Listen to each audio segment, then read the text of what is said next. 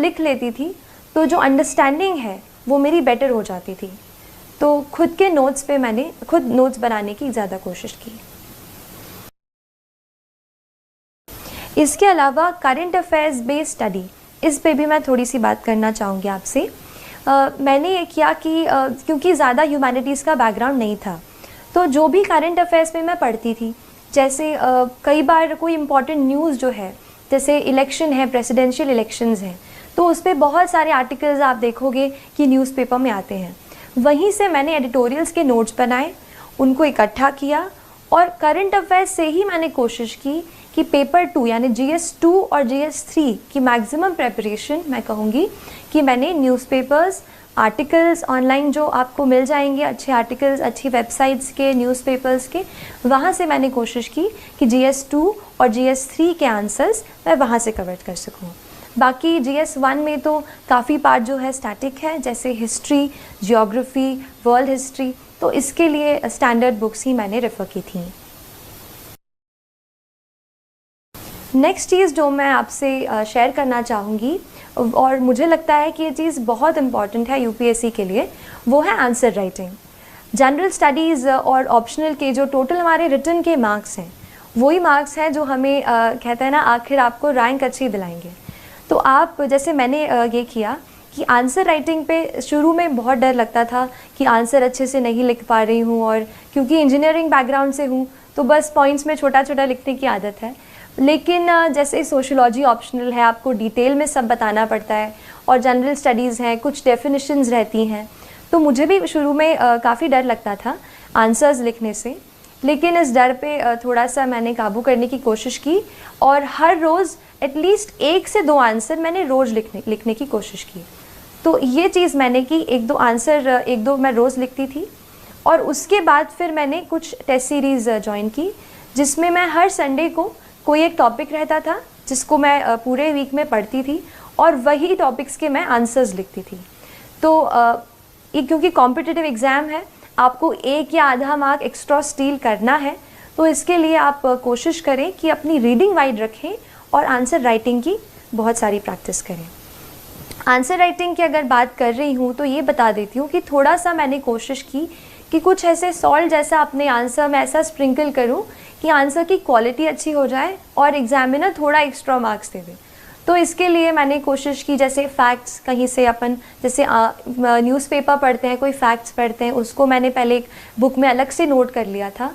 वो फैक्ट्स फिर मैंने एग्ज़ाम के बहुत जल्दी पहले ही एग्ज़ाम के जस्ट पास में ही मैंने वो लर्न कर लिए वो फैक्ट्स। फिर जैसे कुछ क्वेश्चंस ऐसे हैं जहाँ पर हम कुछ डेफिनेशंस लिख सकते हैं, तो जब आप आंसर को शुरू करते हैं तो आप उस डेफिनेशन से स्टार्ट कर सकते हैं।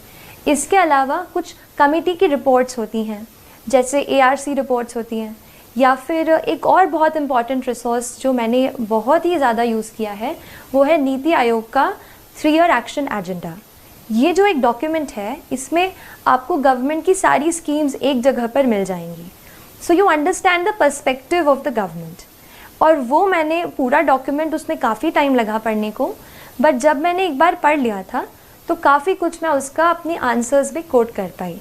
तो जो भी गवर्नमेंट के डॉक्यूमेंट्स हों, जैसे इकोनॉमिक सर्वे आता है, बजट आता है, ये आप बिल्कुल अच्छे से पढ़ें। मैंने भी पढ़ा और इसको फिर मैंने कोशिश की कि आंसर में लिखूं।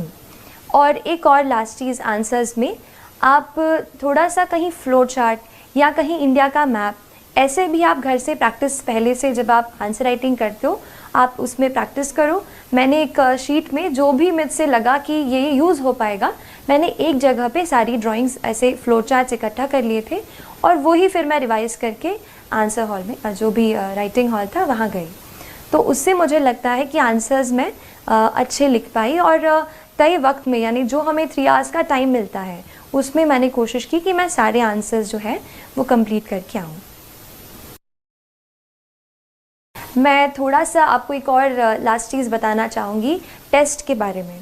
कई बार हम सोचते हैं कि टेस्ट हमें बहुत सारे देने हैं, एंड मैंने भी पहले ये स्ट्रेस किया है कि टेस्ट सीरीज़ बहुत ज़रूरी है।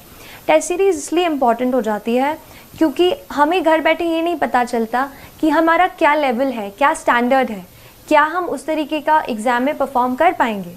तो ऐसे डाउट्स मुझे भी थे।